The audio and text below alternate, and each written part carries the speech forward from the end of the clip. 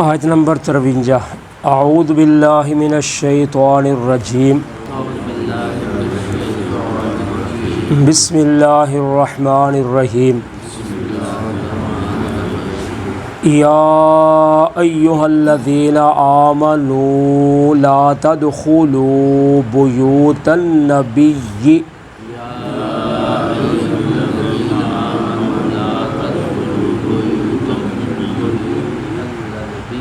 الا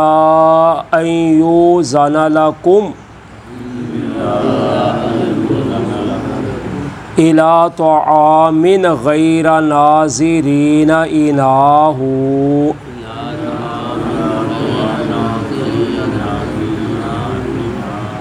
ولکن اذا دعیتم فادخلوا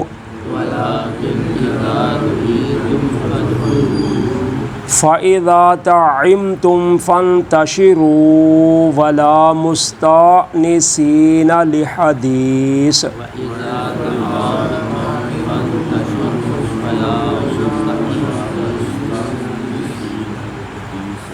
إِنَّ ذَلِكُمْ كَانَ يُؤْذِي النَّبِيَّ فَيَسْتَحْيِي مِنْكُمْ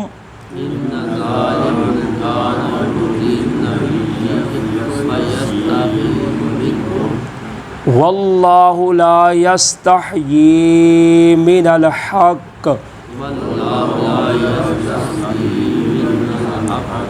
وَإِذَا سَأَلْتُمُوهُنَّ مَتَاعًا فَاسْأَلُوهُنَّ مِنْ وَرَاءِ حِجَابٍ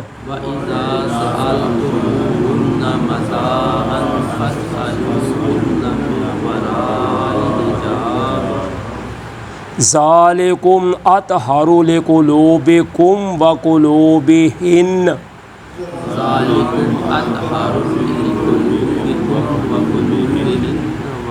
وما کان لکم ان تؤذوا رسول اللہ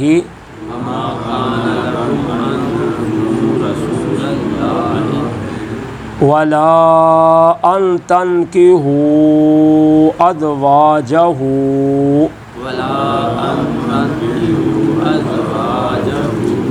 من بعدہ ابدا ان ذالکم کان عند اللہ عظیما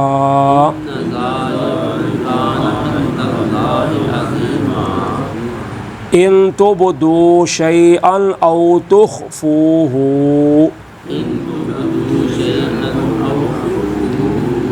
فإن اللہ کان بکل شیء علیما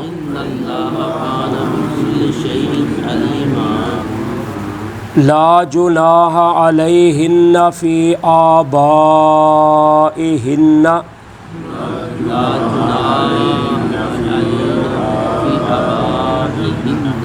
ولا ابنائہن ولا اخوانہن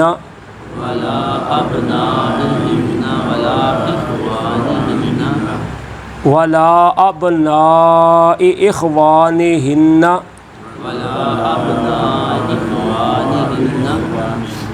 ولا ابناء اخواتہن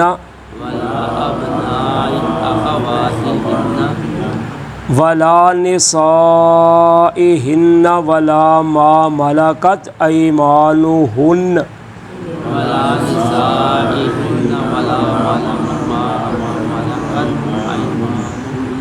واتقین اللہ ان اللہ کان علی کل شیء شہیدا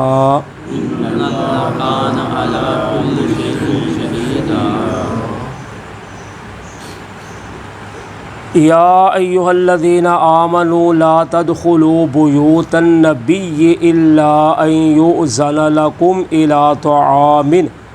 اے وہ لوگوں جو ایمان لائے، نہ تم داخل ہو نبی پاک صلی اللہ علیہ وسلم کے گھروں میں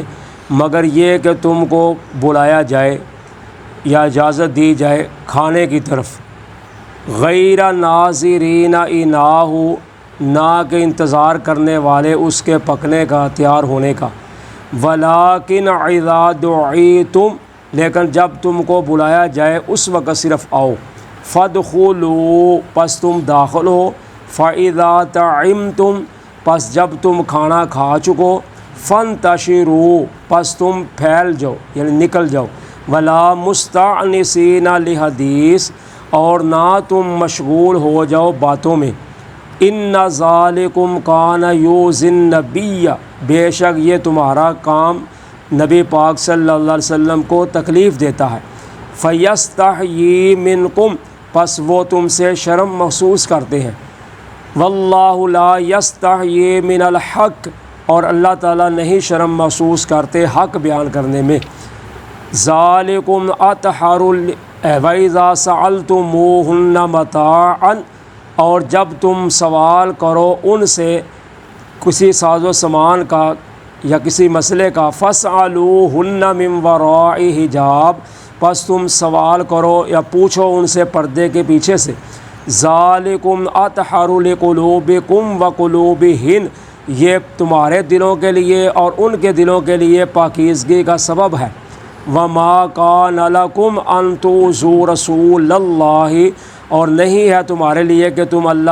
تم تکلیف دو اللہ کے رسول صلی اللہ علیہ وسلم کو، وَلَا أَن تَنكِحُوا أَزْوَاجَهُ مِن بَعْدِهِ أَبَدًا، اور نہ یہ کہ تم نکاح کرو اس کی بیویوں سے اس کے بعد کبھی بھی، إِنَّ ذَلِكُمْ كَانَ عِندَ اللَّهِ عَظِيمًا، بے شک یہ ہے اللہ کے نزدیک گناہ بہت بڑا۔ اب اللہ تعالیٰ اس آیت میں معاشرتی آداب کا تذکرہ فرما رہے ہیں، جو پہلے بھی ہم نے سورہ کے آغاز میں بھی صورت میں پڑھا ہے کہ ازواج مطہرات کو حکم دیا گیا تھا کہ تم اپنے گھروں میں ہی ٹھہری رہو، باہر نہ نکلو، ہاں اگر کسی وقت نکلنا پڑ جائے کسی خوشی غمی کے موقع پر تو پھر تم نے زمانہ جاہلیت کی زیب و زینت بنا کر باہر نہیں نکلنا، کیونکہ تمہارا اصل ٹھکانہ جو ہے وہ گھر ہے، تو اس لیے تم اپنے گھروں میں ٹھہرو۔ تو جب عورت گھر میں ٹھہرے گی اس وقت اس کی عزت محفوظ رہے گی اور اس دل پاکیزہ رہے گا، تو جب عورت گھر سے باہر نکلے گی تو پھر فتنہ فساد جو ہے وہ برپا ہوگا۔ تو اس لیے اللہ تعالیٰ اس سورۃ احزاب میں یہ احکامات بیان فرما رہے ہیں، اور کچھ ہم پیچھے پڑھ آئے ہیں سورہ نور میں جو 18واں پارہ گزرا ادھر بھی۔ تو اب اللہ تعالیٰ فرماتے ہیں کہ اے ایمان والو، تم نبی پاک صلی اللہ علیہ وسلم کے گھروں میں داخل نہ ہو مگر جب تم کو بلایا جائے، یعنی بغیر بلانے کے کسی کے گھر نہیں جانا چاہیے۔ مراد نبی پاک صلی اللہ علیہ وسلم کہا جا رہا ہے، لیکن مطلب عام ہے، چونکہ نبی پاک صلی اللہ علیہ وسلم پر وحی آنی تھی، مخاطب آپ نہیں ہونا تھا، تو آگے احکامات جو تھے وہ سب امت کے لیے تھے۔ تو اس لیے اللہ تعالیٰ فرماتے ہیں کہ تم بغیر بلائے کے کسی کے گھر نہیں جانا، کوئی تمہیں بلائے نہ تو بغیر بلانے کے نہیں جانا چاہیے۔ کس لیے؟ کھانے کے لیے۔ تو کھانے کا مطلب تو یہ ہے، یہ آیت اس وقت نازل ہوئی جب نبی اکرم صلی اللہ علیہ وسلم کی شادی حضرت زینب کے ساتھ ہوئی جو آپ کے پھوپھو کی بیٹی تھی، تو آپ نے ان کا ولیمہ کیا تھا، تو ولیمے کے لیے صحابہ کو بلایا تھا، تو اس لیے اللہ تعالیٰ نے کھانے کا تذکرہ کیا ہے۔ تو مطلب اس کا یہ ہے کہ کسی بھی کام کاج کے لیے بلایا جائے، کھانا ہو یا کوئی اور کام ہو، تو جب تم کو بلایا جائے، جو ٹائم دیا جائے اس ٹائم پہ ہی جانا چاہیے۔ تو فرمایا غیر ناظرین اناہ، نہ کہ تم انتظار کرنے والے ہو اس کے پکنے کا، یعنی تمہیں بلایا گیا کہ آؤ بھائی کھانا ہے تمہارا، تو تم ابھی تیار تو ہوا نہیں کھانا، تو تم پہلے جا کر بیٹھ گئے ہو۔ اب تم جب پہلے جا کر بیٹھو گے تو اگر وہ میزبان تمہارے پاس نہیں بیٹھے گے تو پھر تم کہو گے جی ہماری عزت ہی نہیں ہے، اس کا مطلب ہے ہمارا آنا ان کو اچھا نہیں لگا، یہ ہمارے پاس بیٹھتے ہی نہیں۔ اب اگر وہ آپ کے پاس بیٹھتے ہیں تو آپ کے کھانے کا انتظام کون کرے گا؟ تو اس لیے انہوں نے ادھر کام بھی کرنا ہے، آپ کی تیاری بھی کرنی ہے، تو اگر آپ کے پاس بیٹھتے ہیں تو تیاری رہ جائے گی۔ اس لیے فرمایا تم پہلے جا کے نہ بیٹھو، ان کو تیاری کرنے دو، آپ کی دعوت کا جو اہتمام کیا ہے اس کی ان کو تیاری کرنے دو، تم آپ بیٹھ گئے ہو پہلے جا کر ادھر۔ اور دوسرے نمبر پر فرمایا فَادْخُلُوا فَإِذَا طَعِمْتُمْ، پس جب تم داخل ہو جاؤ، جب تم کو بلایا جائے تو جب تم کھانا کھا لو، فَانْتَشِرُوا، تو پھر تم پھیل جاؤ، وَلَا مُسْتَأْنِسِينَ لِحَدِيثٍ، اور وہاں باتوں میں مشغول نہ ہو جاؤ۔ تو اب فرمایا جب کھانا کھا چکو تو پھر ادھر بیٹھ کے باتیں نہیں کرنی، پھر اپنے اپنے گھروں کو جاؤ، کیونکہ جو صاحب خانہ ہے ایک تو انہوں نے بھی کھانا کھانا ہے، اور دوسرے نمبر پر انہوں نے پھر ہر برتن وغیرہ جو چیزیں ہیں وہ بھی سمیٹنی ہیں۔ تو اس لیے اگر آپ بیٹھے رہیں گے تو پھر ان کے لیے بھی مشقت بن جائے گی، جتنی دیر تک آپ بیٹھیں گے اتنی دیر تک نہ وہ کھانا کھا سکتے ہیں نہ چیزیں سنبھال سکتے ہیں۔ تو اس لیے فرمایا یہ کام نہیں۔ تو نبی اکرم صلی اللہ علیہ وسلم نے جب صحابہ کو بلایا تو کیونکہ ابھی ان احکامات کا صحابہ کو پتہ ہی نہیں تھا، تو اس لیے صحابہ نے یہ کام کیا۔ آپ نے کھانا کھلایا تو کھانا کھلانے کے بعد 3 صحابہ جو تھے ادھر ہی بیٹھے رہے، باقی سب چلے گئے۔ آپ فارغ ہو کر سیدہ حضرت عائشہ رضی اللہ تعالیٰ کے گھر گئے، آپ نے جا کر سلام کہا، حضرت عائشہ رضی اللہ تعالیٰ ام المؤمنین علیہ السلام کا جواب دیا، اور ساتھ فرمایا کیف وجدت اہلک، حضور تمہاری جو نئی شادی ہوئی ہے وہ کیسی ہوئی ہے، کیسا رہے ہیں آپ؟ تو ساتھ فرمایا کہ اللہ آپ کو برکت بھی دے۔ پھر آپ دوسری بیویوں کے گھروں میں بھی گئے، سب کے ساتھ اسی طرح سلام دعا ہوا، انہوں نے سب نے آپ کو مبارکباد پیش کی۔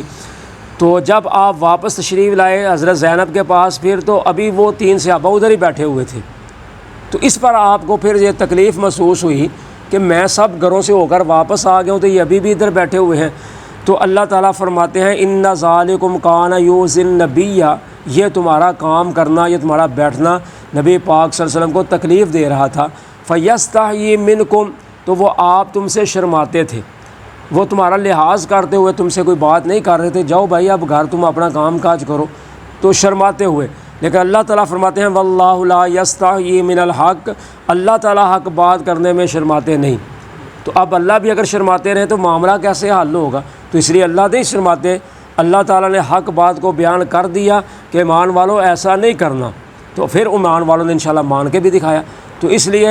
جو بات اللہ نے بیان کرنی ہے وہ کرنی ہے، پھر آگے نبی پاک صلی اللہ علیہ وسلم کے پاس آنی ہے، پھر آگے آپ نے بات بیان کرنی ہے۔ تو اب آگے دوسرا مسئلہ شروع ہو رہا ہے، فرمایا وَإِذَا سَأَلْتُمُوهُنَّ مَتَاعًا فَاسْأَلُوهُنَّ مِنْ وَرَاءِ حِجَابٍ، جب تم ان سے سوال کرو، یعنی نبی پاک صلی اللہ علیہ وسلم کے ازواج مطہرات سے سامان کے متعلق، سامان سے مطلب ہے کہ تمہیں کوئی مسئلہ ہے، کوئی دینی ہے یا دنیاوی ہے، کوئی کام بھی ہے تو تم نے ان سے پوچھنا ہے، تو تم ان سے پوچھو پردے کے پیچھے۔ اس کو آیا حجاب کہتے ہیں، یعنی حجاب پردے والی آیت۔ تو حجاب کا مطلب ہوتا ہے 2 چیزوں کے درمیان کپڑے کے ساتھ یا کسی چیز کے ساتھ باڑ کر دینا، چھپا دینا، اس کو کہتے ہیں حجاب۔ یعنی ادھر والی چیز ادھر چھپ جائے، ادھر والی چیز ادھر چھپ جائے، دونوں کے درمیان پردہ حائل ہو جائے تو اس کو کہتے ہیں حجاب، یعنی اس کو ڈھانپ دیا گیا۔ جیسے ہم کسی چیز کو ڈھانپتے ہیں تو اوپر کوئی برتن رکھ دیتے ہیں، کپڑا رکھ دیتے ہیں یا پرات وغیرہ یا کوئی چیز اوپر رکھ دیتے ہیں کہ اس کو بھائی ڈھانپ دیا گیا، تو یہ ہے حجاب کا مطلب۔ تو یہ حضرت عمر رضی اللہ تعالیٰ عنہ کی رائے کے مطابق اتری ہے۔ حضرت عمر رضی اللہ تعالیٰ عنہ کہتے ہیں حضور میرا دل چاہتا ہے کہ ازواج مطہرات جو ہیں وہ پردہ کریں، کیونکہ آپ کے گھر ہر اچھا برا آدمی آتا ہے، یعنی منافق بھی آتے ہیں، مسلمان بھی آتے ہیں آپ سے مسئلے مسائل پوچھنے کے لیے۔ تو میرا دل چاہتا ہے کہ پردہ ہونا چاہیے، پردے کے پیچھے بات ہونی چاہیے۔ تو آپ نے میں عمر بات تو تمہاری ٹھیک ہے لیکن ابھی اللہ کا حکم نہیں ہے۔ تو جب حضرت عمر رضی اللہ تعالیٰ عنہ نے یہ رائے دی تو آسمانوں والے رب نے حضرت عمر کی رائے کو پسند کرتے ہوئے آیا حجاب نازل کر دیا، پردے کا حکم نازل کر دیا۔ یہ صحیح بخاری میں حدیث موجود ہے۔ تو فرمایا فائدہ کیا ہوگا؟ ذالکم اطہر لقلوبکم وقلوبہن، یہ پاک ہوگا تمہارے دلوں کے لیے اور ان کے دلوں کے لیے۔ یعنی جب پردہ ہو جائے گا پھر نہ تمہارے دلوں میں کوئی ایسا وسوسہ خیال شیطان پیدا کرے گا، نہ ان کے دلوں میں پیدا کرے گا، یعنی عورتوں کے۔ تو جب بندہ اجازت لے گا، عورت پردے کے پیچھے بات کرے گی تو پھر فتنہ نہیں پیدا ہوگا۔ تو جب مرد بھی اجازت نہیں لیتا، بغیر اجازت کے اندر داخل ہو جائے گا، عورت بھی پردہ نہیں کرے گی۔ جیسے میں نے پہلے دنوں تو بتایا تھا کہ